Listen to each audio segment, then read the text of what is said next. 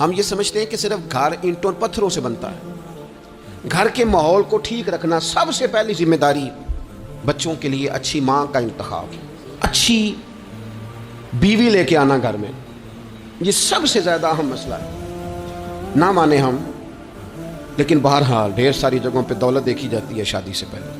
ماں باپ نے بڑی زیادتی کی، بڑا ظلم کیا، ناراض نہ ہونا، بڑا ظلم کیا۔ پیسے دیکھے بچی اور بچے کا نکاح کر دیا۔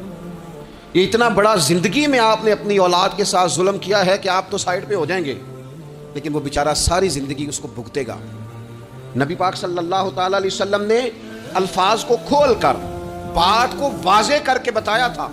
ایک تو ہوتا ہے نا کہ آپ کو کسی تشریح میں جانا پڑے، حضور نے بالکل کھول کے فرمایا کہ عورتوں سے محض ان کی خوبصورتی کی وجہ سے شادی نہ کرنا، اس لیے کہ خوبصورتی ان کو ہلاکت میں ڈال دے گی، اور فرمایا محض ان کے مال کی وجہ سے شادی نہ کرنا، مال ان کو سرکش بنا دے گا۔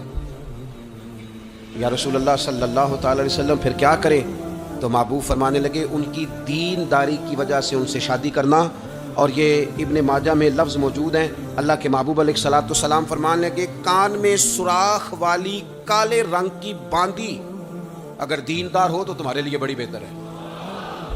باندی ہو، رنگ سیاہ ہو، کان میں سوراخ، اس سے نکاح کر لینا، شرط یہ ہے کہ دیندار ہو۔ بہت اثرات ہیں ماں کے، لہٰذا اس انتخاب کے اندر باریکی کا مزاج پیدا کریں اگر اپنے گھر کا ماحول ٹھیک رکھنا چاہتے ہیں۔ اور اگر ماحول ٹھیک نہیں ہے تو پھر آپ کروڑوں روپیہ لے آئیں، جس کے بچے ہی ناکام ہو گئے اس کے پیسے کیا کریں گے؟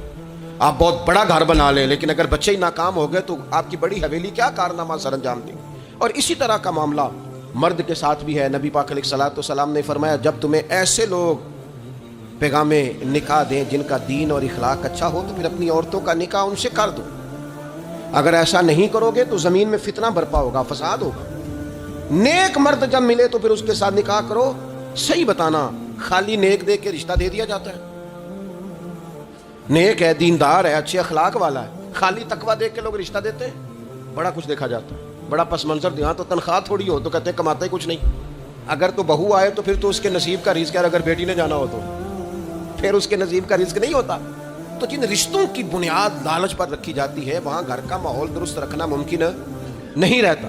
گھر کا ماحول اس وقت درست رہتا ہے جب تقویٰ کو، طہارت کو، پرہیزگاری کو، عمدہ اخلاق کو، عمدہ اطوار کو، اچھے نظریات، ستھرے مزاج، گھرداری کے ماحول کو جب پیش نظر رکھا جاتا ہے پھر حالات کچھ اور طرح کے ہوتے ہیں۔